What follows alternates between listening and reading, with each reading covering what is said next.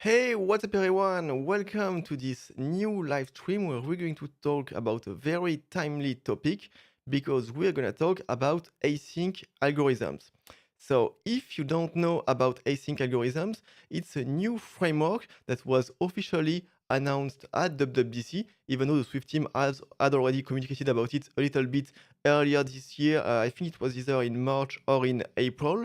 And it's a very exciting news, I would say, because this framework is basically what seems to be an alternative to Combine, but whereas Combine relied on functional reactive programming, async algorithms relies on the new async await paradigm in Swift and the async sequences that came with it.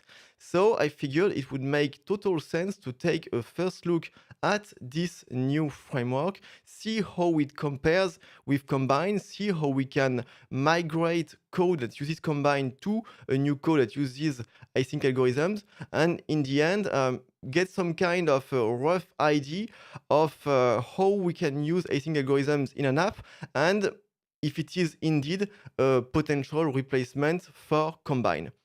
Before we start, I want to say two things.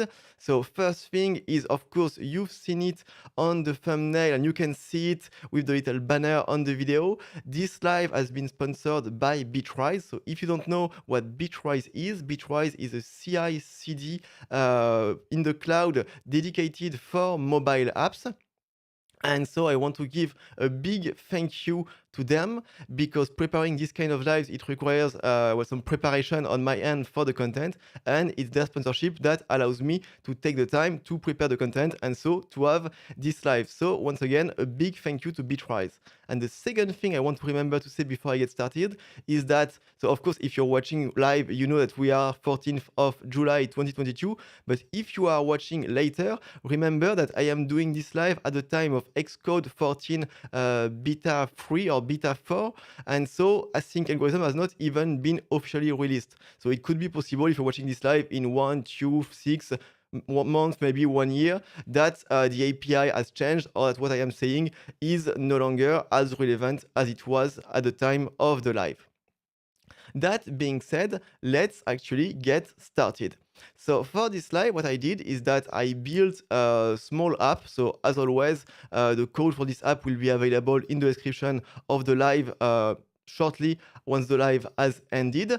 So we've got the code of the app. Before I show you the code, I want to show you actually just the app itself. So I'm going to launch it. I'm going to reduce a little bit, yeah, the console. So very simple app. I used SwiftUI in order to have something that feels a bit like modern.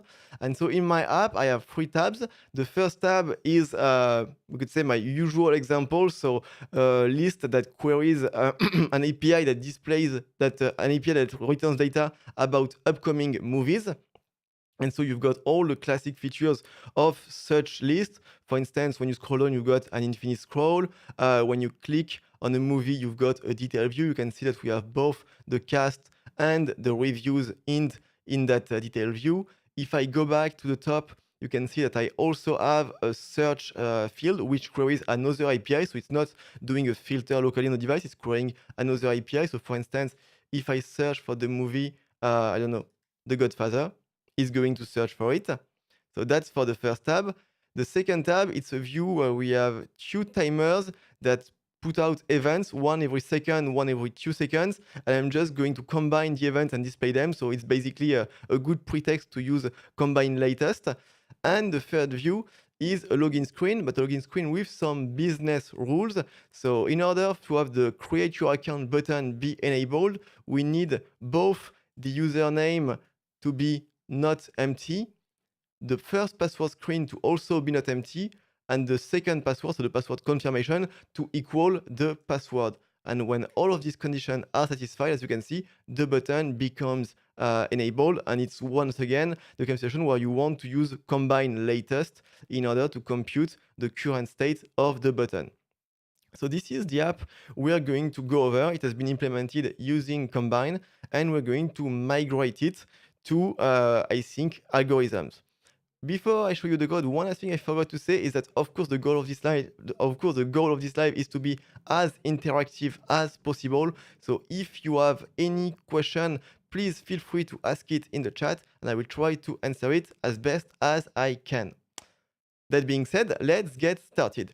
So the first thing we need to do, actually, if we want to migrate an app to async algorithm, is to have access to async algorithms in our project, because async algorithms is not actually part of the SDK that is in Xcode. It's a Swift package, and so we need to include it just like with any other Swift package. So for this, the way to do it is that you go on GitHub, you go on the page of Swift async algorithms on GitHub. By the way, you can see that it is open source. You can take a look at how it has been implemented. I'm going to copy the URL of that page. Then I'm going to go back in Xcode. I'm going to go in my project. So usually when you go in your project, you end up on this screen right here. I'm going to click on package dependencies, the little plus here. And so here you can see it's already loaded because I've already used it. But what you would do if it were the first time, you would paste the URL right here. And so it would find it and you would say dependency rule like up to next major version, add package. And so it's going to add the package async algorithms in your project. So here I want the package async algorithms. I want that target. And it's been added. We can see it right here. So let's try and use it, and maybe let's try and use it with the most simple thing, which is the API that fetches movies. It will be the most simple use case to get started. So first, let me show you what the code looks like. So you can see this is my movies view. So I have a state object, which is my view model. So actually, all the network calls are happening inside the view model. And so we're going to be essentially updating the view model, but there will still be a few modifications to be done on the view. And the view is basically, we have a list. The list displays the movies provided by the view model. We have a navigation link to go to the detail view. And then each row is an hashtag where we have the poster URL. So I use async image to get it. Then we have an onAppear modifier on every row where we test if it's the last movie, we fetch more data on the view model, which implements the infinite scroll.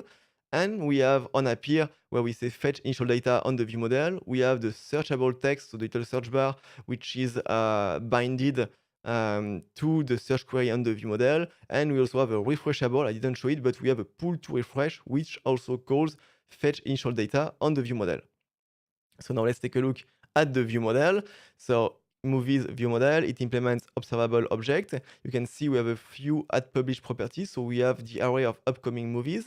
We have the search query. We have the search result. And then we have the movies. So this is the property that the view is actually querying. You see, it's not the upcoming movies, it's the movies. And the way it works is that if the search query is empty, it returns upcoming movies, and otherwise it returns search results. So actually, and I was about to say I should have made them private, but I did make them private.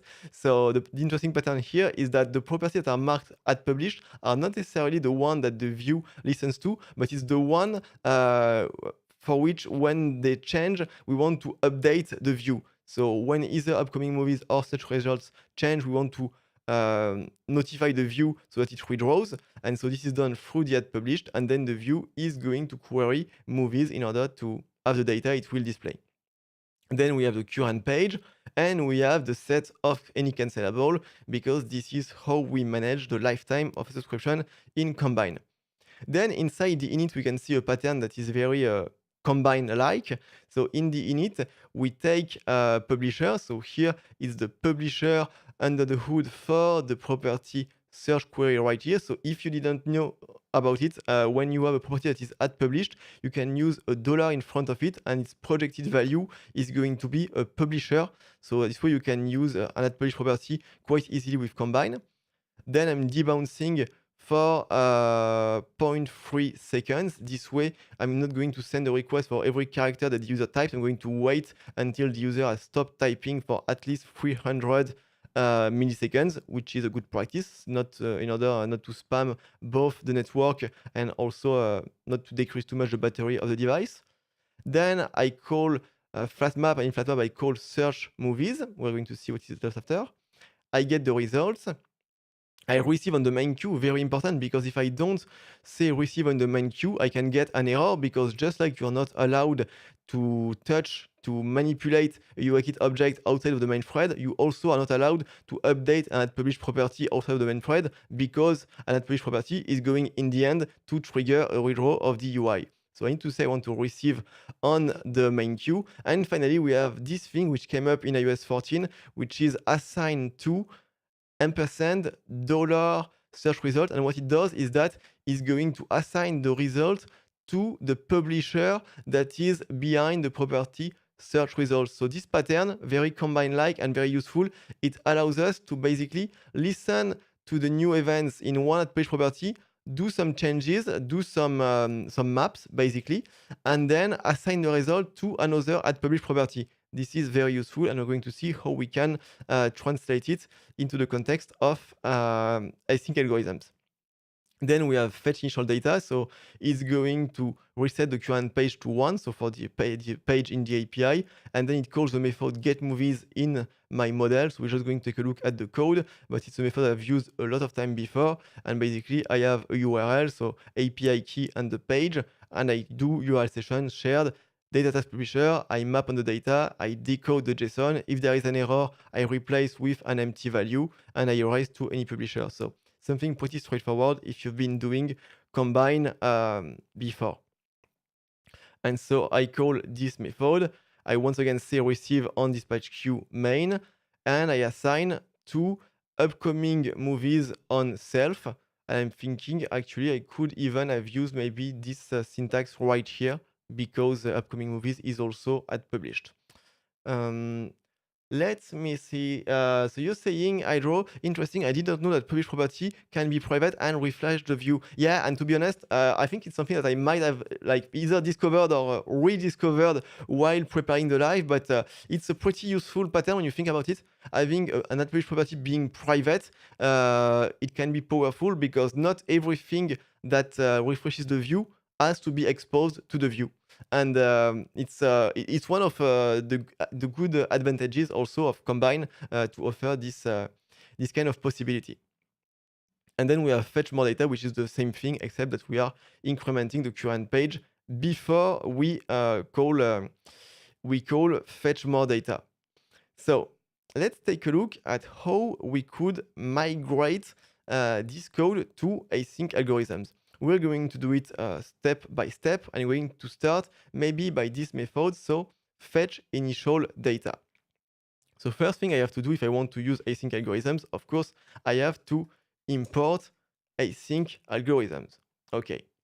Now I need a way to basically, so here my method getMovies, it returns an any publisher. And to use async algorithms, I would need to return some kind of async sequence. So we could use, for instance, async stream in order to manually wrap the existing code into the existing publisher into an async sequence. It could be done. If you have never used async stream, I actually have a video on my channel where you can see how it works. I'm saying this because I'm not going to use async stream, because actually there is already in Combine, at least in the iOS SDK, a bridge to bridge Combine to async await. And so whenever you have a publisher on it, you can call values. And what is values? It's going to be an async publisher, and it's basically going to be an async sequence that will produce the same events than the publisher will produce. So just by doing these dot values, we can go from Combine to async sequences, which is very cool, and it's really nice that they have added this in iOS 15, if I remember it correctly. So now that I have this, how do I get the values? Because when we were using Combine, we were writing code that was in a functional or reactive style, so we would map on the result of the publisher. Here we need a way to iterate over the element of the sequences. And to do this, we use a syntax that Swift introduced last year, which is called for await in. So it's going to look something like this. So I'm going to say for await is gonna be movies in get movies dot values. So I'm going to write it like this. Of course, since I'm using await, I need to make my method also async. Otherwise, I'm going to have a compilation error. Let me build again. Okay, so the code is building. I have some errors, but they are in my view. But this code right here is building, and so I'm going to move the code that was here inside the for loop. And so what I was doing was essentially to take the results and assign them on upcoming movies. So I can write this code. So I can do upcoming movies equal movies dot results. And actually, I should rename this because it's not really movies, it's the response from the network. So I'm going to call it movies response. This way is going to be clearer. So like this. So I've taken care of this part of the code, of this part also. Now, how do I make it so that this code always run on the main thread?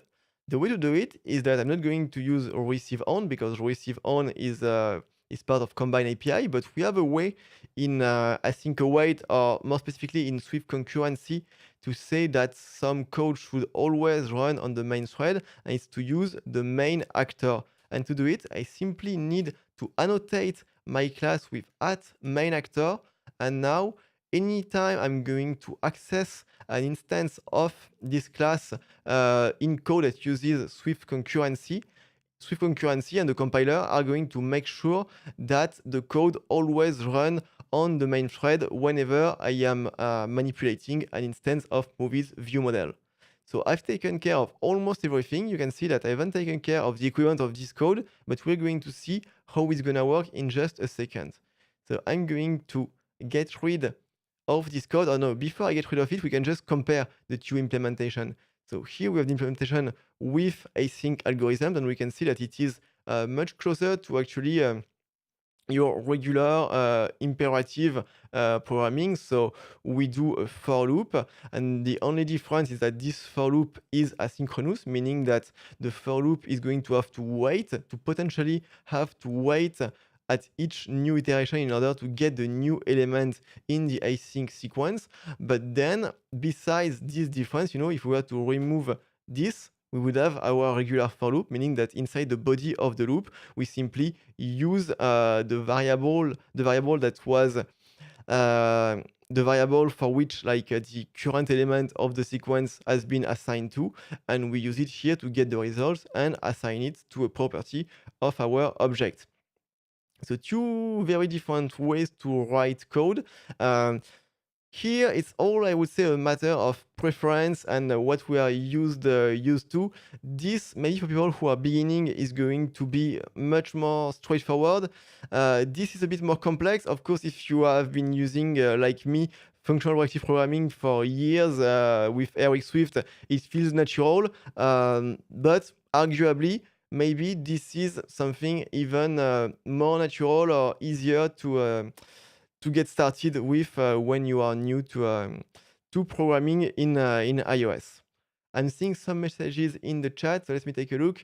So you're saying async string, I'm going to read it in English. Async string is more verbose for not much value, and you're thinking that combined subjects are the way to go. So that's interesting. That's an interesting opinion, and we're going to see by the end if we have the same opinion. Of course, I already have an opinion, but I'm not going to share it until I finished this live, and you have all the information I already have to decide. But it's an interesting opinion. And the other one is, what if you want to do some mapping on the background thread and then switch to main before assigning it to the UI? Wouldn't main actor force the mapping on the main queue also? That's a very good question. Here, I would say that that's a good question. Um, hmm.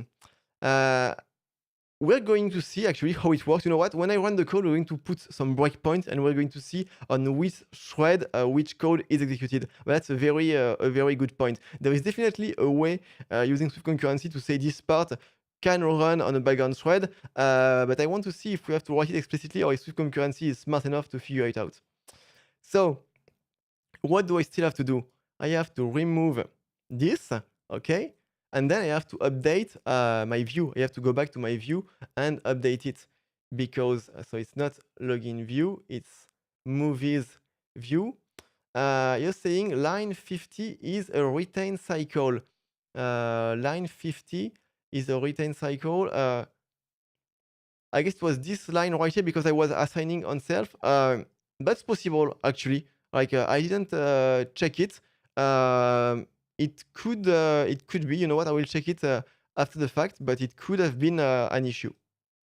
So I have this code. I'm going to run it. Before I do, I need to update my view. So first one is easy because in refreshable, the modifier can takes an async closure. So I can just do await here and I'm good to go.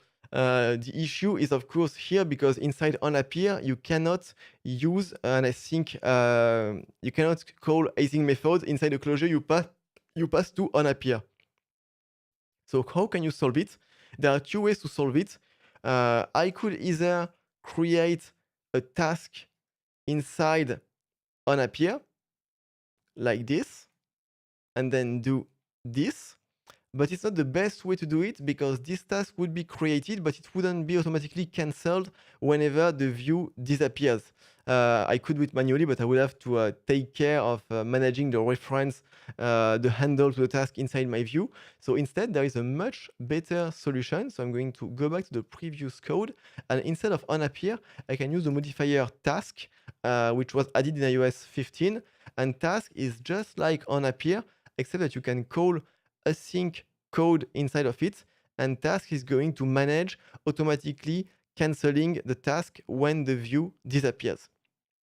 So my code has been updated. Now I'm going to launch the app again. We're going to see first whether it still works or if I have made maybe a mistake. No, it seems it still works. You can see that the view is still being loaded. So we've successfully taken our first combined code and converted it to async algorithms.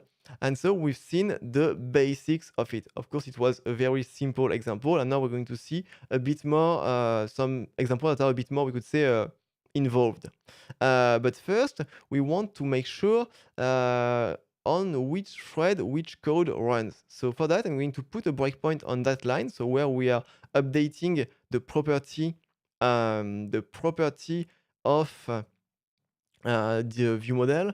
And then I'm going to go inside my model code and I'm going to see, well, first when I call my URL session on which thread I am, and also here where the map happens. So for this, I'm going to do a column breakpoint. If you don't know about it, it's a new cool tool they added in Xcode actually last year with Xcode 13, and this will be triggered whenever this colon in the code is executed. And this way I can debug when the closure is called and not when the closure is set, like this breakpoint would do.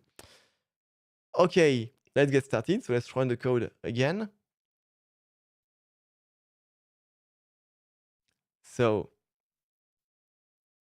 here I have first, but I guess this is because there was maybe an initial value. That might be why, because first I have a breakpoint right here and we can see that we are in the main thread. Then I'm going to click on resume. Okay, so we are still in the main thread when we are calling URL session. And then when we're doing the map, let's see. When we're doing the map, you see we are on a background thread. So it seems it's smart enough, like not to force everything to run inside the main thread. So that's pretty cool because in terms of like performance of the code, it's of course much better because we definitely don't want to make our network calls on the main thread. I'm going to get rid of the breakpoints before we continue. Okay, so let's keep on going and let's keep on taking our code and making it work with async algorithms. So I'm going to also convert fetch more data. So this one should be easy because it's basically the same logic than the method fetch initial data. So for that one, what I need to do, so I need to do a for await movies response in get. So this time it's get movies, but with the current page passed as an argument. So like this. Of course, I need to make this method async. And inside, so I'm going to say upcoming movies. This time I want to append. So I do a plus equal. And then I do plus equal movies response dot results. Like this. Okay, let's see whether or not this code builds. Oh yes, I forgot to call values on it. Should be much better. Okay, so I'm going to get rid of the code, and before I get rid of it, I didn't say it explicitly, but the reason why I don't have a piece of code that manages the equivalent of storing inside the cancellables, it's because the task modifier is taking care of automatically canceling the task whenever the view disappears. So the purpose of this right here was to tie the lifetime of the subscription to the lifetime of the view model. And with async algorithms, the task modifier is tying the task we start with the lifetime of the view. So that's why I don't have an equivalent of the set of any cancellables. That's because the task modifier already takes care of it for me. And actually, I can get rid of it here also. Okay, so the code should build in this file. Of course, I need to go back to my movies view. So same logic here. I need to use, instead of onAppear, I need to use the modifier task. And here I just need to do await, like this. All right, so I'm going to relaunch the app to see whether the infinite scroll still works. This is very annoying, the fact that it opens like the debugger so big. Okay, so let me scroll, and perfect. The infinite scroll is still working because the second page has indeed been loaded. Perfect. Now let's go back to the view model and see how we can this time convert this code right here, because this pattern is a little bit different. I explained what it was at the beginning. So we are binding, we are basically binding the values of search queries to a set of transform and then assigning it to search results. So we're going to see how we can implement that same pattern using async algorithms. So how are we going to do it? We're not going to use the init for this, because the init would be a bad place to do it, because we've seen that the way we start a task on the view model is by calling the task modifier inside the view. So we're going to need to introduce a method. So I'm going to call it, for instance, listen to search query. So like this, it's gonna be async. No, better like this. So then I'm gonna need a way to iterate over all the values that will be produced by search query. So here, the way I'm going to do it is I'm going to turn search query, so the publisher behind search query, into an async sequence using values. I might have used like other ways to do it, but it's actually like the most simple one. And since the searchable API expects to have a binding, so to something that can be transformed as a binding, and a good way to have a binding is to have a property that is at published, I'm going to keep the API SwiftUI uses, and I'm going to use this bridge once again right here. Even though if you wanted, you could manage to create like a communication channel that doesn't use this combine, that uses only async await. And we're actually going to see how to use one a little bit later.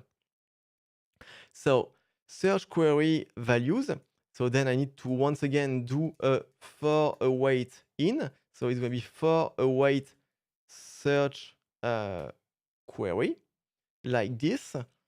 And so inside the for loop, then I'm going to use my search query. So I need to call the method search movies for the search query. So like this. Then I'm interested in the results of it. And then here I was assigning them to search result. And so that's exactly what I'm going to do. So like this. Let's see. Does it build? I made a mistake.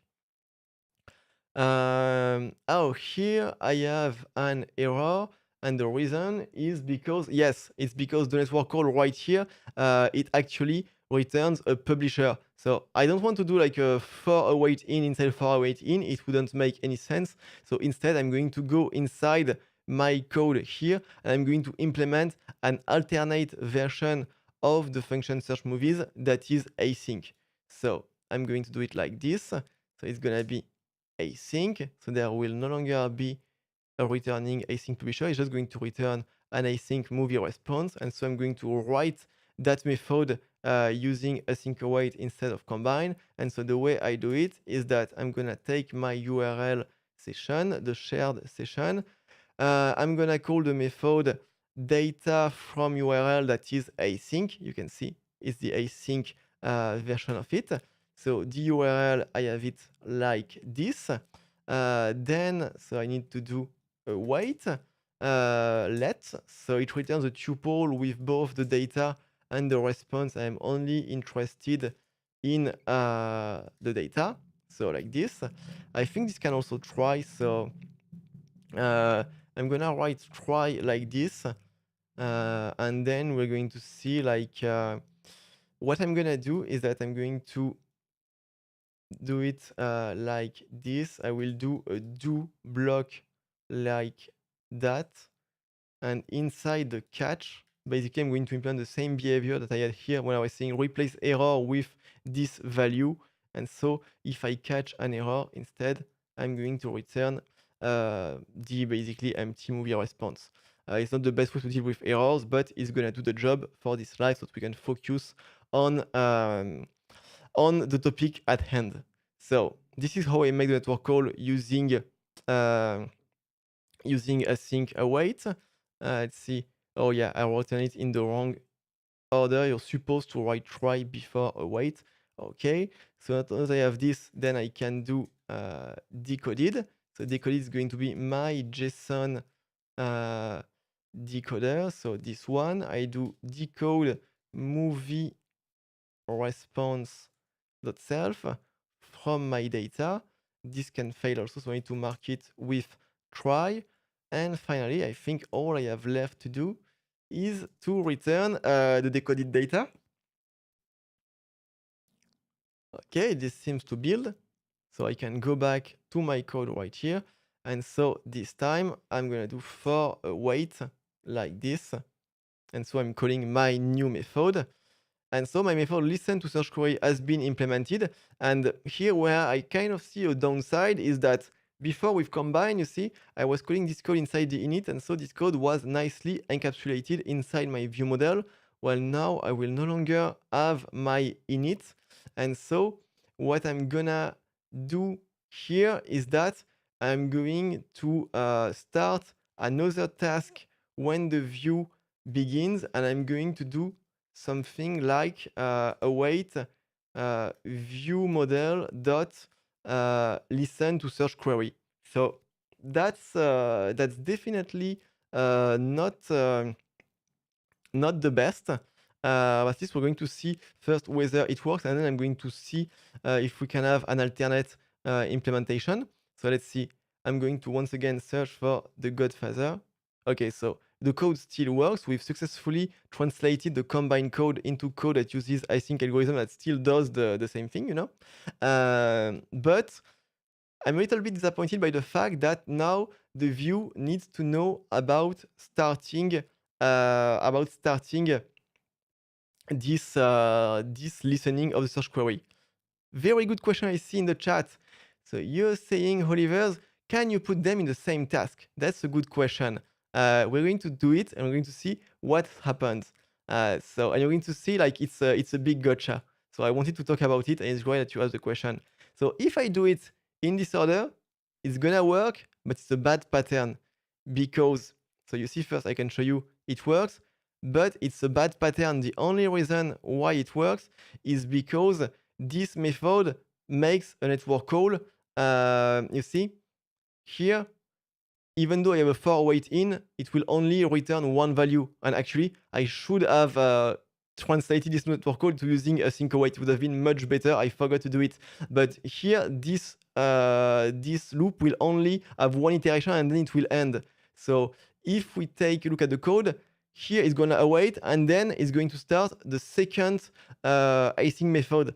This one is a very different beast because this for await in loop, actually, it's never going to end as long as the view model is alive in memory. And so the task will never exit that for loop. And so if on the other hand, I were to first do listen to search query and then fetch initial data, you can see what I've seen Jonathan has already indeed had. One will wait for the other, and it's exactly what's going to happen. Basically, fetch initial data will never be called because this task is going to just be listening to the data in the search query. But on the other hand, the search query is going to work like a charm because its events are actually being listened to. So that's a big gotcha, and it's great that you asked the question. So I'm going to put the code like it was before. I'm also going to go into the model because I'm a little bit sad like that I didn't do like the async version. Oh yes, but actually I've done it. No, it's for the search query. So I need to do the async version of that one. So I'm gonna write it real quick. I see you're saying exactly. So every listener would have their own task. Exactly. That's the bottom line. And the question is, how do we make it so without overloading the view with overcrowding the view with all this information? And that's what I'm going to get at just after. So I make it async. All right. And basically, I'm going to be able to reuse the code that I had for search movies. The only difference will be for how I create the URL. And this should be pretty good, perfect.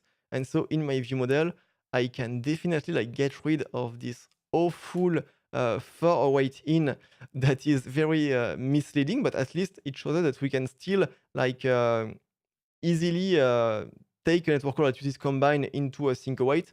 And actually what would be better in that case would be like to do like maybe value before to something like first, to make it like more clear that there will only be one value. But we're going to do even better now because we're going to do upcoming movies equal get movies dot results. And I think we can all agree on the fact that this code is much better. And so here is going to be the same thing. So I'm just going to copy that code, get rid of this, get rid of that. Okay, like this. All right. Of course, I need to mark the call with await. Okay. So the code is even better. And now the question is, how do we make it so that the view doesn't have to manage starting all the tasks that will make the view model listen to something. So I don't want to have this inside my view. And what could be done could be to still rely on the init of the view model. So I'm going to keep my method, but mark it as private. And what I'm going to do is that I'm going to start a task inside the init. Inside the task, I will call listen to search query. Actually, I'm going to move the code because this way it will be like much more like a visual to see how it works. So if I do this, it's nice, but the task, I don't think it will be cancelled like when my view model goes outside of goes out of scope and is deallocated. So I will need to manually manage canceling the task. And so the way I would do it is that basically we're going to have to manage like once again a set of cancellables. So I'm going to introduce a type. No, I'm not going to do it straight away. First, I'm going to create my set. So this will be like this. So it will be my task handles or tasks handles. So a task handle is how you can cancel a task after it has been created. And so it will be a set of task handle. I never remember what is the type for this. Oh, I think maybe I need to import. Do I need to import concurrency for that?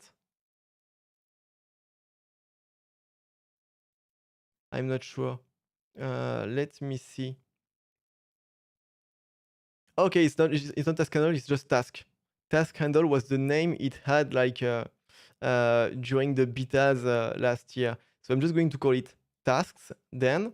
And so it's going to be a set of tasks, and there will be tasks that return void, so they don't return anything, and they never error out. I need to set these two generic arguments. So I have my set. Let's see whether it builds. It seems to build here. No. Expected keyword var. Yeah, it will be much better like this. Okay, build succeeded. And you're saying also we can use async let. That's a good point. That's a good question. I'm going to get back to it just after. So here I have my tasks. So here I'm gonna do like let search query listener. So like this. Then I'm gonna do tasks dot it's insert inside a set search query listener. So like this. And then inside my dinit, so like that, I would do for task. Oh, look at this. Already suggesting the code. Perfect. For task in task, I would say task dot cancel like this. So we basically end up having to manage our own set of cancellables. So here, like honestly, for now, I would keep using like combine for these kind of things because we have to write the same amount of code in the end. So I don't think we gain a lot by using async algorithm. But what's nice is that we can absolutely keep using combine for the part where we want to bind one published property to another, but also use async await and async algorithms for the other part of the view model. You know, you don't have to choose either one or the other for one view model. You can do both depending on which tool is best for the situation. I think that's a pretty cool thing. And so you were saying, Jonathan, we can use asynclet instead of task. Asynclet, so it's a very useful thing, but asynclet, it can be useful. Like, for instance, we're going to see it a bit later. If you want to do a combine latest, but where you are only interested in the first result, for instance. But I don't think here asynclet would help. But if you have some idea of what the code would look like, please write it in the chat and we can have a look at it together. So what we've done right here is that we have implemented our view model using async algorithms. Before we go to the next part, I'm going to answer the questions in the chat. So iDraw, you're saying, do you think they will add some mechanisms to tie async loops lifecycle to a class? I really hope they do, because for me it's one of the missing pieces that that are a bit lacking. Although to be fair, I think we can probably manage something just like there was the store in modifier. We could probably manage it ourselves and do something. We can write it ourselves because the way any cancelable works is that it's basically like a wrapper, and inside its dinit, it's calling cancel subscriptions on. I'm going to reset it. The way any cancelable works is that it's basically a wrapper around the subscription, and on its dinit, it's calling cancel on the subscription. So we could the same way write a wrapper around a task that we would then store inside a set. And when that wrapper has its dinit call, it would cancel the task. And it would be the same thing, except that we wouldn't have to explicitly manage all of these things, especially like having to implement this dinit, and we would rather on the task do a store in, and it could actually work You know what? I want to try and prototype it right now, just to see if we could do it. I'm gonna try and prototype it. Just fair warning, I'm doing this live. I haven't prepared it, so it's possible there are some like bugs in what I'm doing. So don't use this in production, of course, without triple checking it. But let's try and do it. We could do so a class like this. It would be like I don't know, like I'm going to call it task cancelable for lack of a better way of naming it. So like this. So inside it would be private var task, and so it would be like this. So I'm going to hard code the arguments. Of course, you would make them generic for a more generic API. So it would be like that. Then there would be an init. And I think we can do a member-wise init in Xcode. I think now we have to do like init. Yes, perfect. That's beautiful. Then what we would do is that we would implement a dinit. In that dinit, we would do task.cancel. So like that. Then here, instead of a set of task, we would have a set of task cancelable like that. Okay. It doesn't conform to hashable. Can I make it conform to hashable? Does it work? Yeah, like I would need to, because I don't think that this conforms to hashable under the hood. I'm not sure it's a good practice, but I'm going to try and do like, I don't know, if I do like a UID like this, let me.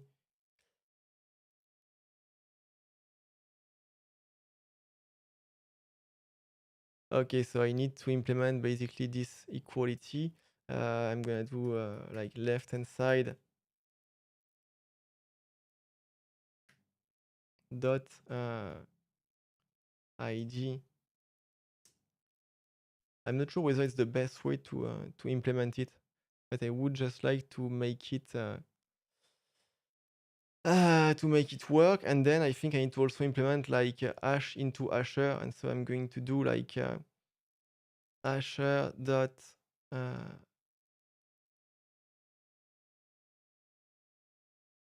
combine so the ID. Does it still okay? Yeah, but this seems to work. Once again, I'm not going to guarantee that this works without bugs, but the bottom line is that we put so a task inside of it, and then I could do an extension on task. I'm going to do it where so where success is void. Is it like that? And it's failure, I guess, and failure is never. All right. Okay, it's not the double end, it's a comma. And then I'm gonna do a method, so it will be store in cancelables. So it's going to be a set of task cancelable like that. I want to make it in out.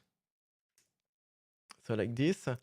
And what I would do is that I would do cancellables dot insert self.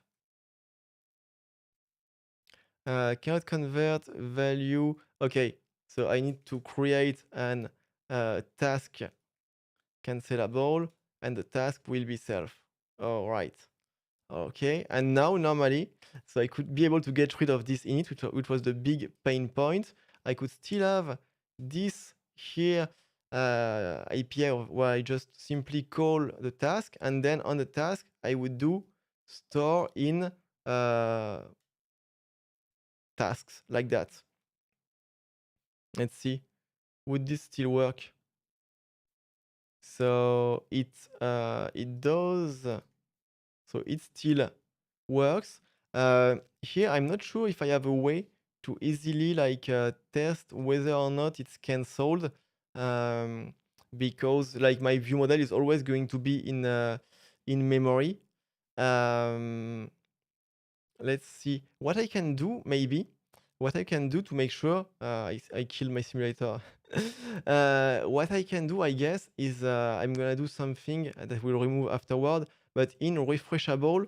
So I'm going to comment this code, and instead I'm gonna do like I'm going to create a new view model that when I do a pull to refresh. And so the task should be cancelled.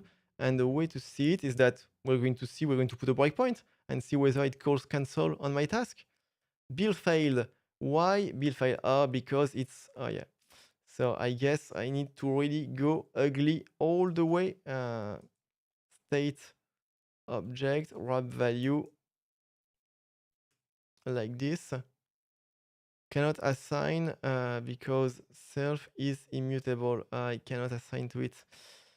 Ah, damn it, damn it, damn it, damn it. Oh, if I want to test it, actually, there is another much simple way. Is that on my view model, I simply create a new method that will be like reset tasks, and it's inside. It's just going to do like so, like that, and I'm gonna do tasks equal set of task cancelable like that. So I basically create a new set.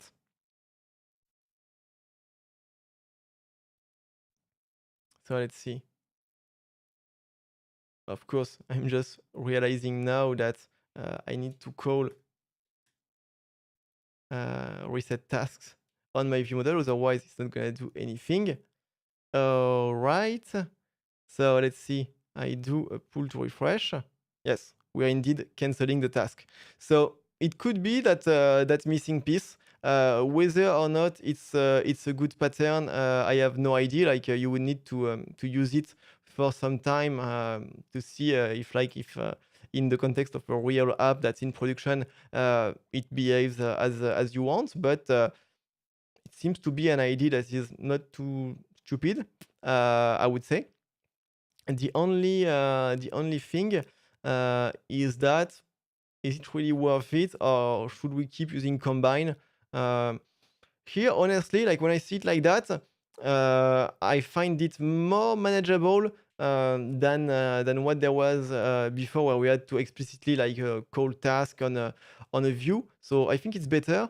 Where I'm not 100% satisfied is the fact that this right here, I had to write it. It's not standard, and so like having your architecture of your app relying on something that is non-standard might not be such a great idea. But if either like I don't know, like iOS, the SDK brings this at some point, or like some people in the community do it, and it's like really like maintained by people. It could be a good thing. Or if you feel confident enough to write also like your own version, why not? But it's a risk that needs to be taken into account. And I'm realizing just right now that I forgot to take something into account when I wrote this code, because in my original code for my search bar, I was debouncing the result of my search query, and I haven't implemented it, but I'm going to do it right now. And actually, this is the first time where we're actually going to use async algorithms, because believe it or not, up until now we didn't use async algorithms. I imported it, but we were only using just async await and concurrency. Async algorithms, we only start using it when we use like its operators, which are the equivalent of combines operators. And so with combine, I was using the debounce operator, and now I want to use the operator, the function debounce of async algorithm. So how does this look like? Before I write it, I can just see a few messages in the chat. So you're saying, Brent, I think that eventually we'll be able to replace combine with concurrency. The only significant thing missing right now is the ability to for await in a single sequence from multiple places. That's true. Having the ability also to share like a sequence between several locations is missing. Here we kind of have it, because since publishers can be shared, we could create several async sequences, but these async sequences, they are a view on a publisher. If you create an async stream, you cannot listen to it from multiple places. or if you try to do it, like each place is going to probably fight to get the item, and it's not going to look great. So how do we use debounce from async algorithms? With Combine, we would have just on our publisher called debounce like that. While with async algorithms, debounce is a global function. So it looks like this. Debounce. Am I remembering it correctly? I have imported async algorithms. You know what? Actually, I'm gonna go back to GitHub, to documentation, to check how it's implemented. This way, I don't make a stupid mistake or anything. So debounce is indeed here. So it's an extension on async sequence. Okay, we don't just call debounce. It's for combine later that we call a global function. So we have our async sequence and we call debounce on it. Got it. So I need to do it here. So at the point where I have my async sequence, and I'm gonna call debounce. And so I'm going to debounce for a duration. And here it uses a new API that was introduced in Swift 5.7 that manages time. And so we can say seconds, for instance, or milliseconds. And since it's an integer, I cannot do seconds 0.3, so I need to do milliseconds and 300. Big gotcha, by the way. If you want to try this code, make sure that you are using milliseconds. When I was writing the code for this live, by mistake, I was using microseconds, and of course, I couldn't see any visible change, and it was absolutely normal. I just called the wrong case in the enum. But here I want milliseconds, and I want 300 of them. And so just by doing this, I have debounced my search query. You can see that there is a second argument I can pass to debounce, which is the clock that I want to use. And you have two clocks inside async algorithm. So I'm going to scroll up a bit so that you can see them. So we have the continuous clock and the suspending clock. And the difference between them is simply that the suspending clock, as its name suggests, is suspending while the task is suspended. And the continuous clock is always incrementing. So in that case, I guess we would want the continuous clock, because even when the task is suspended, we still want to measure the time that passes, because it's about a real life event. It's about the user typing on the screen. And there was a default value for the clock. And let me see if I can see what was the default value. Like here, when I call it without specifying a clock, was there a default value? It doesn't say which one. Oh, yes, it says continuous clock here. So I was using the correct one. So actually, I don't need to, if I just want to have the continuous clock, I don't need to explicitly state it. I can just use the default argument. Going to run the code again.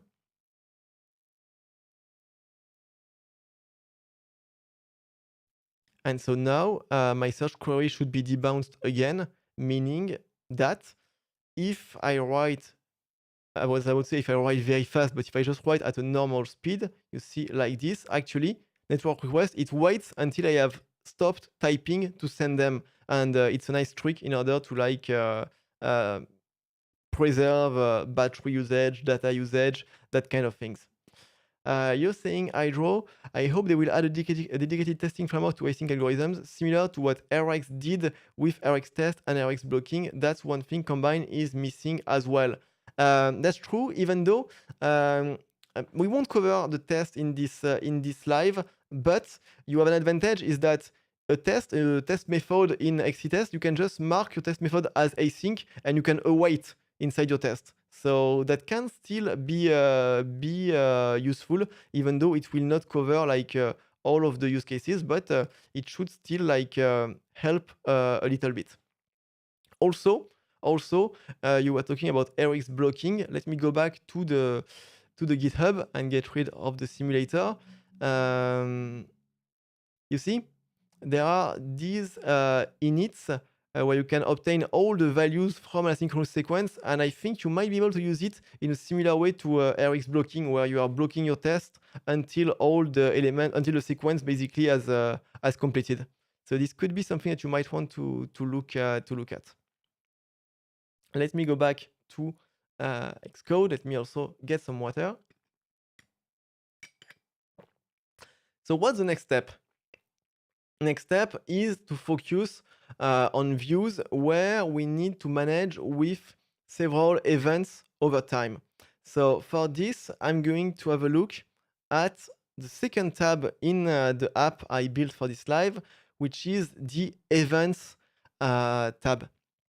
So I was telling you, we basically have two timers that are publishing one every second, the second one every 2 seconds, and they each produce a random name and a random state of mind.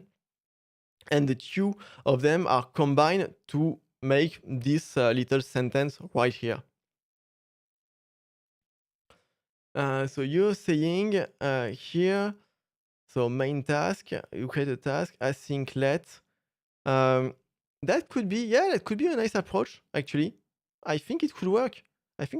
Yeah, that's a clever trick. That's definitely a clever trick. I think it could work. And then you could do the day init, but of course you could also store that main task inside the wrapper I created it. Personally, like, I'm more in favor using that kind of wrapper because forgetting, I was about to say, like, forgetting to call day init is very easy, but also when you have a task, you will be able to also forget to call like store in because you won't have a warning on the compiler. So actually, like, both are like kind of like equivalent. Let me show you the code for my events view. So the events view is here. Extremely simple. It has a view model. It displays a text and it calls start events on the view model. And what does it look like on the view model? You can see that on start events is going to create two publishers. So one that publishes every second, the other one every 2 seconds. It maps them to either getting a random element inside the array of people right here or in the array of state of minds right here.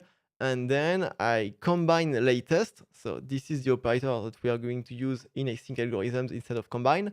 And I think on the result, I combine it into a text which I assign to self, to the property text on self. Actually, I'm calling start events on appear. I could have done it on the init here, but the reason why I didn't is that it wouldn't have been such a great idea because whereas for search query, it was good to like use the init as the way to bind the events because search query by definition, until the user has displayed the view and started to enter, nothing is going to happen. Here, since the timer is going to publish as soon as it is started, I want to wait until the view is actually displayed before I start the timers. So how do I take this code and make it work with async algorithms? I'm going to create a new method, still calling it start events. This time it's going to be async. So I'm actually going to keep my publishers here because I like them. They do the job quite well. So I'm going to keep my people publisher and my state publisher. But it's that part right here where I'm going to use async algorithms instead of combine. So of course, I need to import async algorithms. And so to use combine latest in async algorithms, so we don't do publishers.combine latest. Instead, we call a global function called combine latest. You can see there are two of them. There is one that takes 2 async sequences and one that takes 3 of them. There are no overloads for more. So if you need more, like you need to basically like write them yourselves. Also, if you need maybe more than 3 combine latest, maybe you should think about refactoring your code and encapsulating your code a bit more. So that could be also one of the reasons why they chose this number of 3 arguments max. So here I'm going to use combine latest with 2 arguments like that. So I need to pass in the 2 base sequences. So it's going to be my people publisher that I turn into an async sequence and my state publisher that I turn into an async sequence. And combine latest is going to return tuples that will have values emitted by both sequences. So to iterate over it, I do for await in. So it's going to be for await, and I will have one people in my tuple and one state of mind. So like that. So for await in. And inside my loop, then I can take what was inside the sink of my combined code. So I copy paste like that. Yes, person rather than people. That's better. And finally, here actually I hadn't called receive on main on dispatch queue main, which was a mistake. But for the Swift concurrency code, I do need to annotate my view model with at main actor.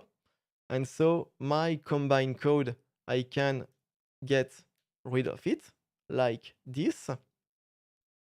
Okay, let me go back to my events view model. And of course, instead of on appear, I need to use task right here. And so I need to await on start events.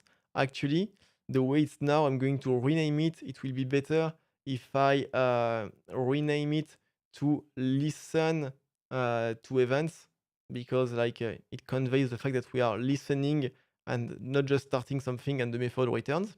So listen to events, listen like that. Let me run the app. Let me go on the second tab. And you can see it's still working. So each publisher is emitting events, one once every second, the other every 2 seconds. And then using combine latest here, I am combining the values produced by the 2 async sequences I got from my 2 publishers, and I am doing a for await over them. I use a tuple as the variable of my loop, and inside the body of my loop, I just do whatever I need to do with the elements of the sequences. And here what I need to do is to turn them into that string right here that gets displayed on screen right here. So as you can see, in that case, it's pretty straightforward to go from combine to async algorithms, because the operators that are used in async algorithms, they follow the same naming convention and behavior than on combine, and even than on RX Swift. So combine latest was already there inside combine and also inside RX Swift. And of course, you also have zip, for instance. The difference between zip and combine latest is that combine latest, as soon as one of the sequences has emitted a new element, is going to emit a new tuple, whereas zip, it will wait until 2 sequences have emitted their first element to emit a tuple, then the 2 sequences have emitted their second element to emit the second tuple. So it's a different, a bit of a different behavior. And with this, we have migrated code that used combine latest. So here it's a little bit of like a toy example, because it's not linked to what most of the apps that you build, they don't have that kind of code. So I built a few other examples. We're going to be able to use combine latest. So for instance, I have built this login view.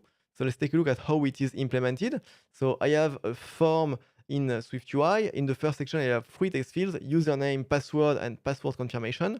Then I have a button that would lead to not a login, but more like an account creation. And that button is disabled when the view model's property can login is set to false. How is this property computed in the view model? In the view model, I have 3 @published properties. So it's the properties to which the text fields are binded to. So text fields are binded to view model username, password, and password confirmation. So here they are. And there is this property can login, and that one is fed by a computation that takes into account the current value for the 3 other properties. And the way I do it is that in the init is basically the same pattern than with my search query. So I do publishers combine latest 3. So in order to do a combine latest with 3 publishers, so username, password, password confirmation, I map, and in my map, I implement my, we say, business rule. So I want to say that you can log in if the username is not empty, if the password is not empty, and if the password is equal to the password confirmation. I'm not saying that the password confirmation must be not empty, because it is implied by these 2 conditions that are already written. So how can we migrate this code to using async algorithms.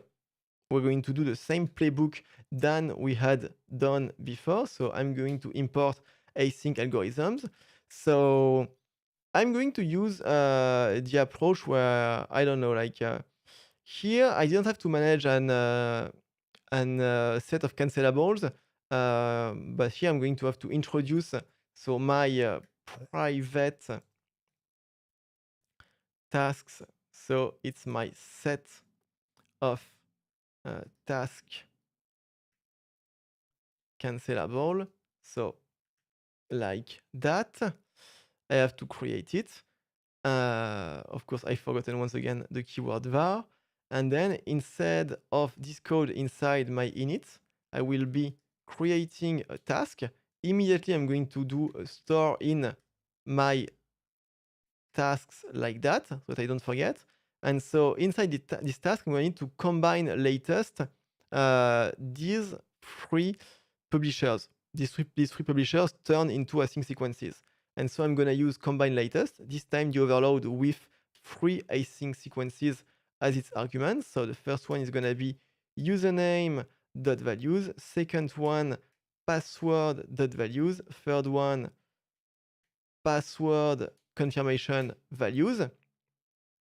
I'm gonna do my for await in, but my line is going to become like super long. So first I'm going to do like let combined sequences equal the combined latest.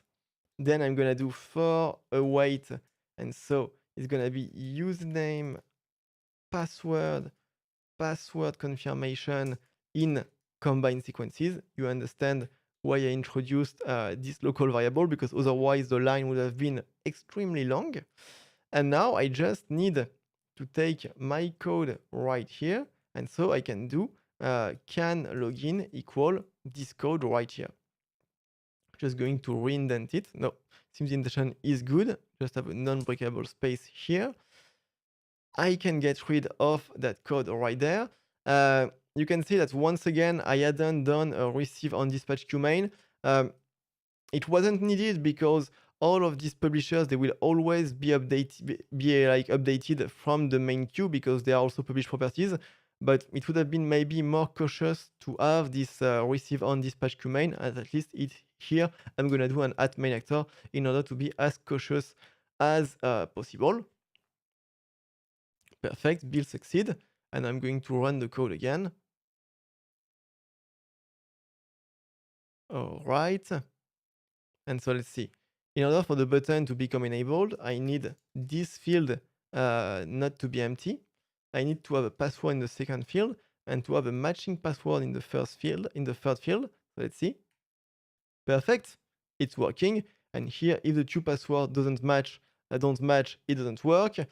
If I don't have a login, it doesn't work. And if the two passwords match, but there is no password set, it doesn't work. So perfect, my code still works, and you can see that we've once again been able to migrate the code from combine to async algorithms, and we can see that when we have introduced this tasks cancelable thing right here, the complexity of the two codes is mostly the same. The only thing that's a bit annoying is that if we forget to call store in here, we don't get a warning like we would with combine, and it could lead to some issues. But maybe like if you are writing, maybe you could write a rule on your linter to say that if you're creating a task inside an init, you need to remember to do a store in. That could be like a potential way to mitigate that risk. So we're doing quite some progress. You know what? What I want to do is that I want to try and do something. Here I had specified that the special case for the task was success, void, and failure never. Actually, I'm thinking like, could I write something that would be like even more generic? Like, could I get rid of this? I'm gonna try and get rid of it. And how I could do it is that instead of storing my task right here, what I could do is that I could do private let cancel. Yeah, I could do it like this. So like cancel task. So it would be a closure because it would just be like the code to cancel the closure. And what I can do is that in the init, I can have like the two generic arguments, so the success and the failure. This way, I can take just like any kind of task that you want inside the init. And what I'm gonna store is no longer the task, but instead, I'm gonna store inside cancel task a closure in which I call cancel on the task. And that way, once that closure has been created, I no longer need to know anything about the task. And so I don't need to keep track of the two generic arguments after the init. So it's like an old type erasure trick. And so let's see. So here I have my cancel task. I no longer need the task. So it would be like this. In the init, I would call cancel task like that. And you can see now the code builds, and I can just store any kind of task inside my task cancellables. So that's pretty cool. That's pretty cool, actually. I'm not just sure that this ID here is the best thing ever, but besides that, it's pretty cool. Failure error, well, you can see that it actually didn't require it. So that's interesting. That's interesting that it didn't like require me like it's weird that it builds, but maybe like it has inferred it in some way. But that was a good remark, and it's weird that I would have expected an error, but maybe the compiler is smart enough to understand that failure has to be conformed to error. So you're saying, Prafamesh, if I want to show password and confirm password mismatch with an error, how can I accomplish that with throwing async streams? That's a good point. So I wouldn't use a throwing async stream because a throwing stream, just like a publisher, it would stop the sequence. But the way we could do it, let's try and do it. So first we need to create an enum.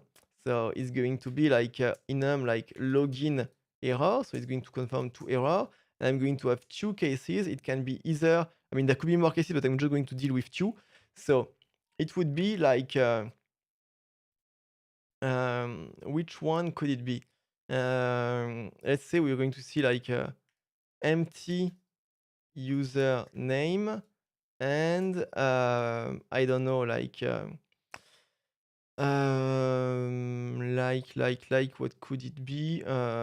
Password mismatch. I'm lacking inspiration on how to name things.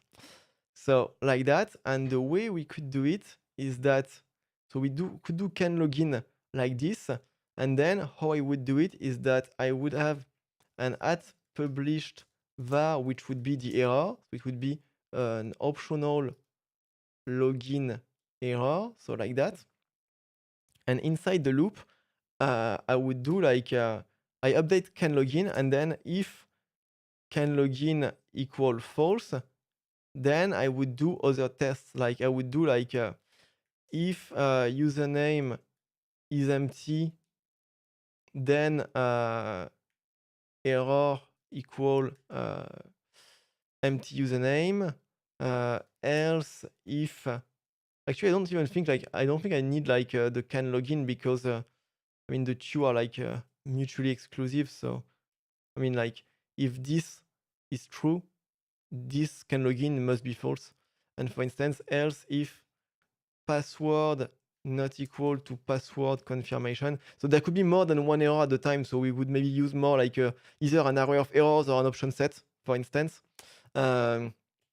Which reminds me that I have never done a video on option set. So maybe I should do one like at some point. And so here the error would be password mismatch, and I will need a way to clear the error. So it would be like else error equal nil, I guess. So you're saying, so what is the use case for async throwing stream? I would say the use case is when there is really like an error, but you know, an error just like an error on the network, an error that is not recoverable, I would say, because otherwise, like for an error that you can recover from, maybe like throwing is not the best way to do it. But to be honest, I didn't focus too much on throwing async sequences when preparing the live. So it's very possible that I am missing like some possible use cases. Which, as you're saying, yeah, exactly the exact explanation. So if the loop froze, then it's just like having a break inside your loop. So now I need to use the error. So where can I use the error? Like I'm going to display something just a little bit below. Like I have something like a caption, or I can do just maybe just a text. Like here I can do a text. No, it's going to be more like if viewModel dot error, then I want to have a text which is going to be I don't want to work too much. I'm just going to make it conform to string so that I have a raw value to display, and I'm going to do like is going to be like if let error equal viewModel dot error, then text with the error. Does this build? No.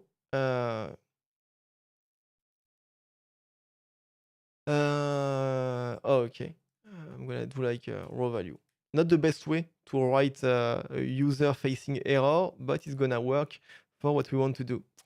What's gonna suck a little bit about that is that here is going to be like to start yelling at you, like even though you haven't done anything, but we would improve it in a real app. I'm just going to do just like foreground color of red so that it looks a little bit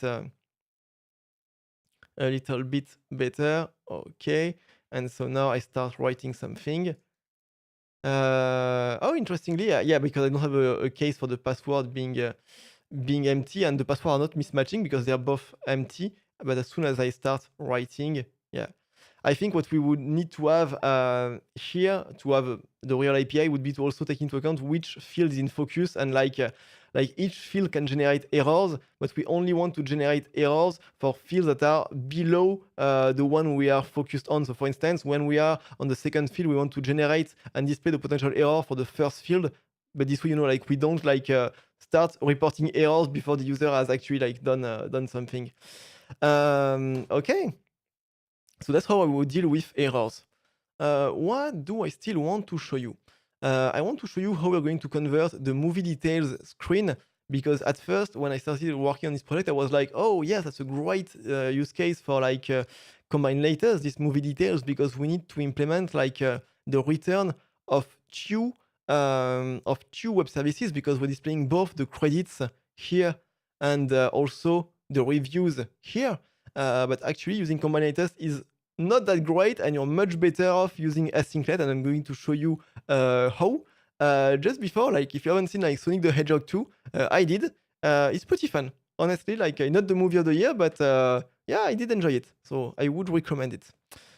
Let's go to implementing that view model with async algorithms. So basically, I have an add publish property, which is my data. It's a tuple where I have both the credits and the review, and I made it a tuple so that we need to, it forces us kind of to have both values before we update it. And so here I call on fetch data, I call my two publishers, so for get credits and get reviews, and I do combine latest to combine their results. So first thing I'm gonna have to do is to create quickly the async alternates method for get credits, but it's going to go super fast because now I have my template right here. So for this one, it's gonna be like that. So I do get credits here. So like that. The return type is a movie credits response. The URL is right here. I need to decode the right thing, and the default value is that one. Perfect. I told you it would be quite fast. And I'm going to do the same thing for get reviews. So like that, except I get the correct URL, the correct signature also. Like this. And finally, I decode the right thing and return the right empty value when there is an error. Okay, so I have my async methods. And so I'm going to implement the new version of fetch data. So like this. So first I'm going to implement it using async sequences, even though it's not really like the best way, but it would be better if we see hands-on why it isn't the best way. So this new overload needs to be async. So I would still, like in this version, have my two publishers, except that they would be like tasks. They would be like sequences. So like that and like that. And of course, on them, I would call values.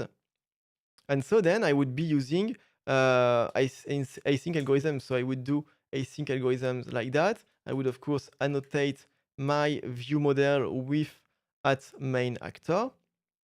And what I would do, so I would do combine latest two of credit sequence and reviews sequence. I would do my for await credits reviews in the combine latest sequences like that.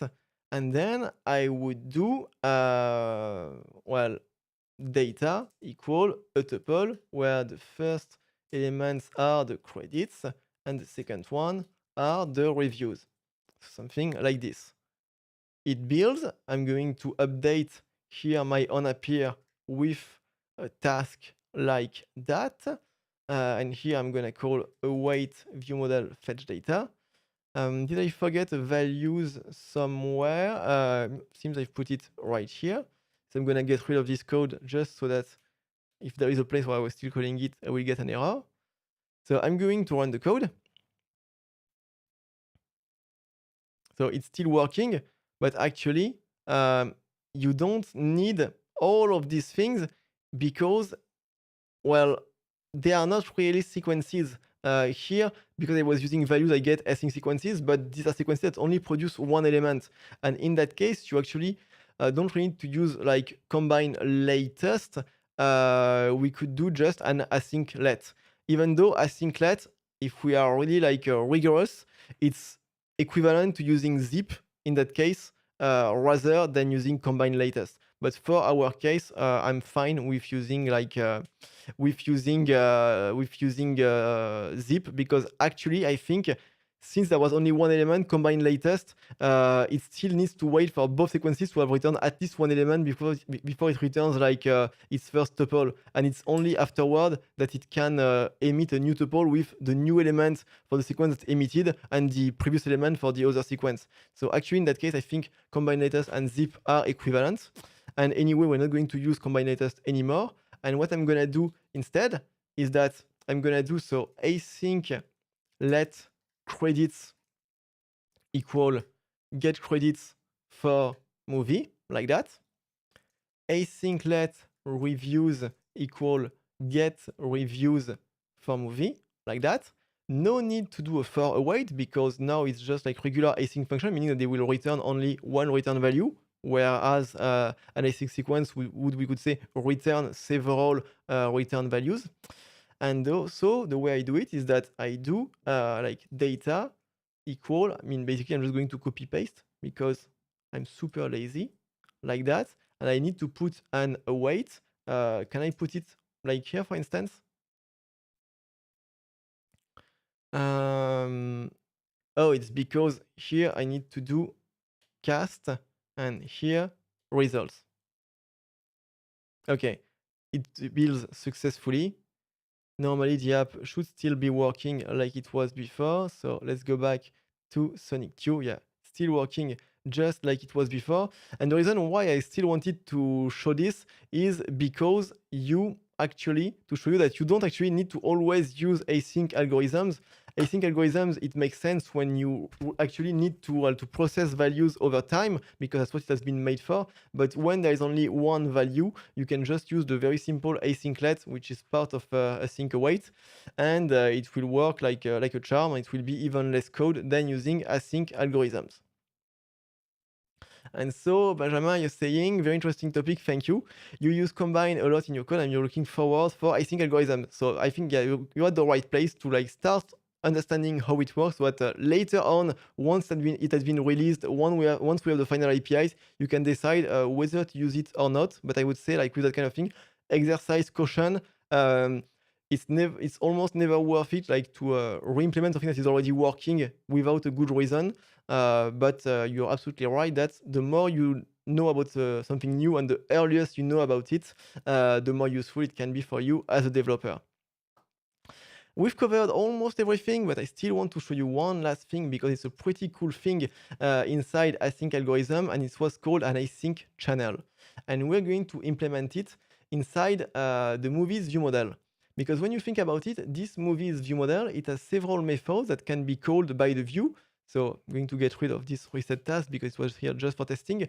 But we have fetch initial data, we have fetch more data, but all of these methods, like for instance, the view could call fetch more data 2 times, and maybe the results wouldn't be like very good because this code right here, it hasn't been thought of to be called 2 times in parallel. So how could we protect against it? A way that we could protect against it would be to have like a data structure in which our view could enqueue commands that our view model would then consume, and have it work in a way where the view model would wait for one of the commands to have been fully executed before it consumes a new one. And actually, async algorithms come by default with such a structure, which is called an async channel. And the async channel is just like it's a first in, first out data structure, so kind of like a DQ basically. But with one added advantage is that both the publisher and the consumer will need to await, meaning that when the publisher sends the value, it needs to await for the consumer to have consumed it before it can send another one. And this way, it kind of like is going to stop the pattern where a publisher could send more value than the consumer could deal with. So let's take a look at how it would work. So first, what I would do is that I would make my methods fetch initial data and fetch more data. I would make them private. This way, only my view model will be able to call them. Now, how will the view be able to still generate the side effects of fetching initial data or fetching more data? The way it's going to be done will be so through some commands. So here I'm going to create an enum. So it's going to be command, and there will be 3 cases. So it will be fetch initial data. A second case would be fetch more data. And actually, I would also want to have one for the search query. It could also like, could it make sense? You know, maybe we'll do it like later. Let's do things like in order. For now, I just have fetch data and fetch more data. Then I'm going to have, so my async channel. So I will call it like the commands channel. And so it's going to be an async channel of command. Like that. Async channel is a class, which means that I can make this var a private set. This way the view will be able to send commands, but it will not be able to change the command channel. There will be only like only one. Actually, I can make it a let.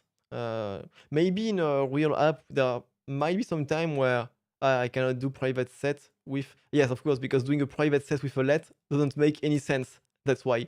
Can I make it a let? Actually, there might be reasons for which we might want to like reset it at some point. So I'm just going to make it private set var because it might be like closer to how we would do it in a real app. But now we have this commands channel. And so inside the init, we're going to create a task that will listen to that command channel. So I'm going to create my task. So once again, I remember to store it inside my tasks. And actually, my tasks, I should rename it. I don't want to rename it cancelable because it will like look like something that is combined. It could be misleading. So I'm going to keep calling it tasks for now, even though a better name would be like better for a real app. And so in my task, what I'm going to do is that I'm going to iterate over the values of my command channel. And for this, it's going to be just like when you iterate over an async sequence. So I think now you've understood the drill. So we do for await command in commands channel, and then we're going to switch over the command. So like that. So normally Swift should be able to generate all the cases, and by all I mean only two, but I'm just lazy, I don't want to write them. But we have fetch initial data and fetch more data. And so here I'm just going to call fetch initial data and call fetch more data. So like that. I need to mark it with await. So you can see that in order for a command to be fully executed, the method needs to have completed. So there is no risk anymore of having fetch more data, for instance, being called twice in parallel. And so that's for my view model. Now I need to update the view because here fetch initial data is no longer accessible. And what the view will do instead is that on my view model is going to do command channel send fetch initial data. Same thing right here. And also I'm going to get rid of this reset task, which no longer exists. And here for fetch more data, instead, I'm going to do view model commands send fetch more data. You can notice that it's the task that we'll have to await. So actually, since I am starting one task per row, one task for each row of my list, technically, it could be possible for more than one row to send a command to the view model, but still the view model will only execute them one at a time, and it will execute them serially and not concurrently. And here I forgot the await. And so now if I build my app again, you can see that it's working because we see the initial data being displayed. When I scroll down, it still fetches more data. And what's great is that now we have this pattern, which puts some kind of like safety inside our view model to make sure that the same method isn't called like twice in parallel. And when we think about it, what's pretty nice with this pattern of using an async channel is that we kind of get some of the behavior than an actor would bring us, but we get it like in, we could say, a lighter way, because with an actor, everything inside the view model would be isolated. And so every method you need to use a weight on it. Here, it's only the channel that you need to await on.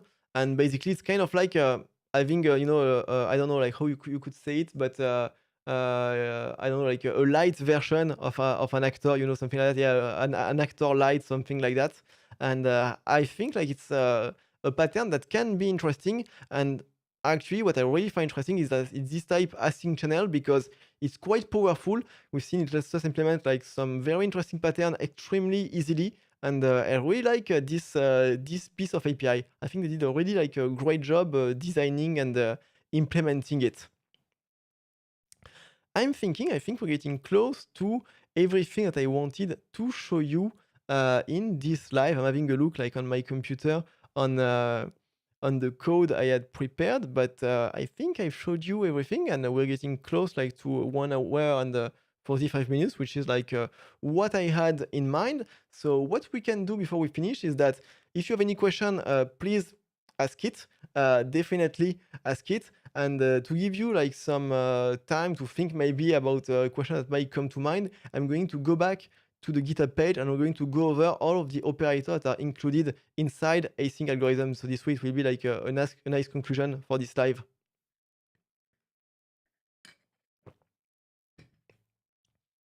That's a great remark. So async channel is like a subject in the same sense that an async stream is a publisher. Well, you know what? Let's go back to Safari. Let's go in the documentation to where it speaks about async channel. And what do they say here? The use of the name subject was considered due to its heritage as a name for a sync to async adapter type. And so, yeah, That's exactly it. And they even thought about calling it subject, and they say async channel and async throwing channel was heavily inspired from subject, but with a key difference that it uses Swift concurrency to apply back pressure. So indeed, a very, very good remark. So now that we are on Safari, let's take a look at what is in the dock. So what are the operators that we have? So we've seen combine latest inside inside this live. We've seen also zip. We haven't seen it, but it's very similar to combine latest. We haven't seen chain. So chain, what it does, it's like it allows you to combine more than one sequences, but there is one constraint, is that the two sequences need to have the same type. They need to be two sequences that returns like this always same type, so sequences of string, of ints, of whatever you want, as long as it's the same thing. And it allows you to put two sequences one after the other, so you will have all of the elements of the first sequence until the first sequence terminates, and then all the elements of the second sequence. And merge is kind of similar, except that merge is not going to wait for the first sequence to finish before it starts. I don't know which word you say. Should you say like to emit a value, to send a value? I don't know what is the right word, because I don't want to confuse with combine. I'm going to say to emit, even though it might not be the right word. But merge is going to work also on sequences that have the same type of element, but as soon as there is a new element in one of the sequences, it will emit it. So like chain is like you concatenate, it's all the elements of the first sequence, then all the elements of the second sequence, and merge, it's all the elements of the two sequences as soon as they are ready. So in the end, both will contain the same elements, but not in the same order. I see. So you're saying, Benjamin, do you think that async algorithms can fully replace combine RX? They both implement a lot of operators. Are the equivalent available here? Potentially, I think RX and maybe like you combine have a bit more operators, but I think it's already a great step further. And when it comes to adoption, Apple have a very big advantage, is that like their new frameworks, they can choose whether they use combine to work with them or they use async algorithms. So if tomorrow we have a new framework that is super useful and that uses only async algorithms, it's going to drive adoption. So I'm looking for that, to see like how will Apple manage for its new frameworks between like async sequences and publishers. Will they offer APIs that return the two of them? What will they use also in the sample code, in the sample videos at next year at WWDC? Really curious about it, and I guess it's basically what's going to drive adoption the most, because if you don't have a choice for a new framework, of course you're going to adopt using async algorithms. Kind of like if you want to do a widget, you need to use SwiftUI, so no choice, you have to use SwiftUI. Can you mix collection and async streams with async algorithms? Yes, you can mix your regular collections. Yes, you can. So we're going to see it just after. So let me see what we have here. So we have joined. So join is kind of like chain, except that it's going to put like oh no, it's different. Join, it's like you have an async sequence and you want to put all the elements together. So it's kind of like you can do a join over an array of strings, for instance, kind of like the same principle. And so here, so it kind of goes toward what you were saying. Async, it creates an asynchronous sequence composed from a synchronous sequence. So for instance, if I go back to Xcode, like, I don't know, let me like go somewhere I can write some code. So I'm going to write an array. So 1, 2, 3, 4. And on this array, I can call async, and it's going to return an async lazy sequence. So it's going to be an async sequence of integers. So we can convert or lift regular sequences into an async sequence just by calling async on them, which is pretty cool. And if it hadn't been there, we could have implemented it ourselves using async stream quite easily, I think. So async channel, we saw what it was, and we saw how big of a fan I am of this type. We have the async throwing channel, so in case where something can throw along the way. Async buffered byte iterator, so it seems to be for byte sequences. So maybe when you are writing like from a disk or that kind of thing, it seems to be for code that is like performance heavy. I haven't had a chance to use it. Adjacent pairs can be super useful. It's like if you have an async sequence and you want to have both the current element and the previous one. It can be useful, for instance, to implement some kind of sometimes like you have some business logic that requires you to do something like this, or like if you want to check like has the user like really changed the value for real or not, like that kind of thing. It can be super useful. Chunks, it's if you want to break a collection into like chunks of like 3 elements, for instance. There could be some use cases where it is useful. Compacted will remove nil values, so just like compact map $0 on a regular collection. Remove duplicates, as it states, it will remove duplicates, and I guess your collection must be either equatable or hashable. For that, it must be equatable for it to work. Intersperse, so it's kind of like joined, except that join, you put everything to one element. Here, it's like you're going to put something between every element. It could be useful. I don't have a use case that comes to mind like right now, but it could be like useful. Maybe like for test, you want to put like a value in between to have some specific behavior inside your test, for instance. Could be useful. Let me see in the chat. So Benjamin, you're saying, don't you think that it feels a bit weird to have operators like join, merge, big global functions? This doesn't feel very Swifty to me. That's a good point. That's a good point. It's something that I wondered also. You know, it's something that could actually maybe it will change by the time there is the final release. But maybe they're seeing it like just like you have, for instance, Max be like a global function. Maybe it's for discoverability, but it's true that they could have prefixed it by doing like async algorithms or yeah, that's a good point and something that I also like remarked when I started using it. And Prathamesh, you're saying you've been very reluctant to learn async await because you really like Combine and you think this video is changing your mind. I would say like don't ditch Combine. Combine is a good tool. Combine is a battle-tested tool, and Combine is a tool with a stable API. But once Xcode 14 has been released,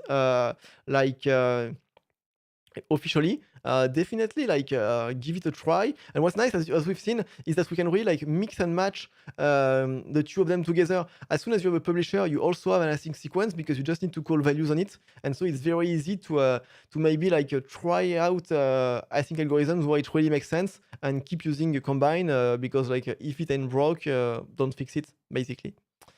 What do we have then? So we have debounce, throttle, so the two operators that are linked to time, and I showed you how to use debounce to debounce search query by the user. And then you can obtain also all the values from an async sequence into a regular sequence, so or rather a collection even. So like a range replaceable collection, a dictionary, set algebra. So it can be useful. I'm thinking more specifically like for tests, like someone was mentioning Rx blocking for Rx Swift. This could be a way in your test to get all of the values returned by an async sequence inside the collection and then be able to use it. And the last one, task.select. So determine the first task to complete a sequence of tasks. And so how does this work? So it's when you have several tasks that share the same success and failure, task.select will suspend and await each task's result and resume when the first task has produced a result. While calling the task of task.select is suspended, if the task is cancelled, the task being selected receives the cancel. This is similar to the family of task group with a few behavioral and structural differences. So how do you use it? There is no like example of the code, and you do so select and you give it several tasks. I'm trying to understand what could be the purpose of this thing. Oh, okay, it's like so maybe you start several tasks and you want to select the first one that completed, and they say that this is what is actually under the hood for debounce or for merge. So that's interesting. Like it sucks that they didn't put like a code example.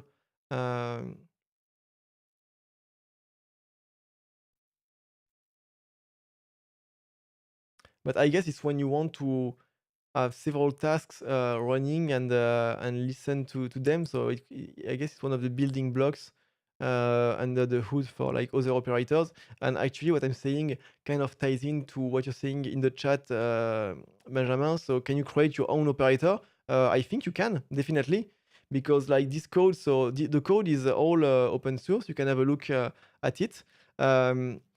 Does it have special privileges with the compiler? I don't think so. So I think like you could write this code yourself and use it. It's just a regular Swift package. So I think there is nothing preventing you from writing your own operator, except of course having the time to do it and having the knowledge to do it correctly, because I guess implementing that kind of operators correctly requires like some knowledge of how async sequences and even like maybe some part of the standard library like work under the hood. Just like if you wanted to implement your own operator in Rx Swift, you need to understand how Rx Swift works under the hood, which is like not the easiest thing to understand. But that's a great question that you asked, because also it leads me to one of the big differences between Combine and async algorithms that I haven't mentioned yet, which is that Combine is a proprietary framework for which we do not have access to the source code, whereas async algorithms is an open source framework for which we do have access to the source code. So that's a pretty big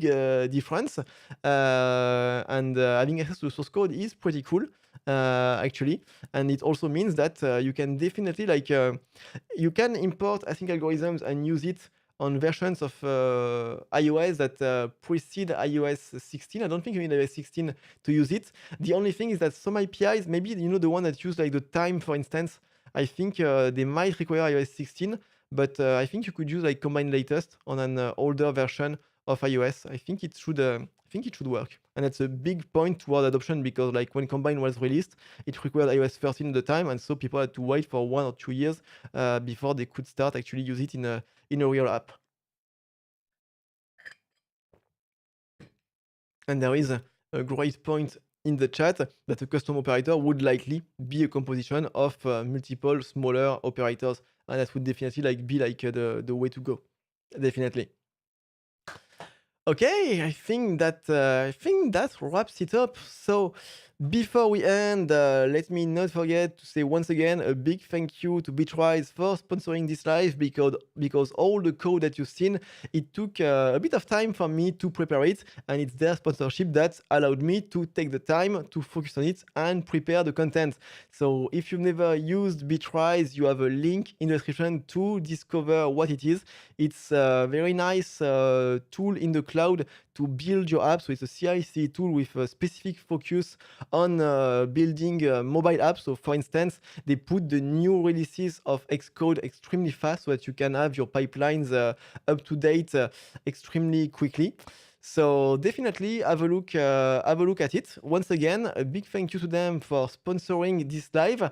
You will have the code available in the description, like not just after the live, but like maybe like tomorrow or this weekend, because I improvised a few things, and so I need to like commit them properly in the repo before I make it accessible. But anyway, I wanted to say, so thank you for following this live. Thank you for all the great remarks and questions that there were in the chat, because this is really what makes a live feel so like interactive, and for me it makes it feel like much better than recording a video like on your end, then doing the editing, and then finally releasing it and maybe getting like a few questions in the chat. So thank you for this. Let me see a few things before I end. Yes, here. So it should be compatible with Xcode 13. I think it needs Swift 5.7, so I will recommend like give it a try. But it's possible that at least for some API, like the one that deal with time, you need Swift 5.7 because the time API wasn't there before, and maybe you will need it for even like the entire package. So that's why maybe it might not work with Xcode 13, but worth a try. But I think it might not work. And that being said, I just have to say thank you for watching, and see you next time for another video. Bye bye.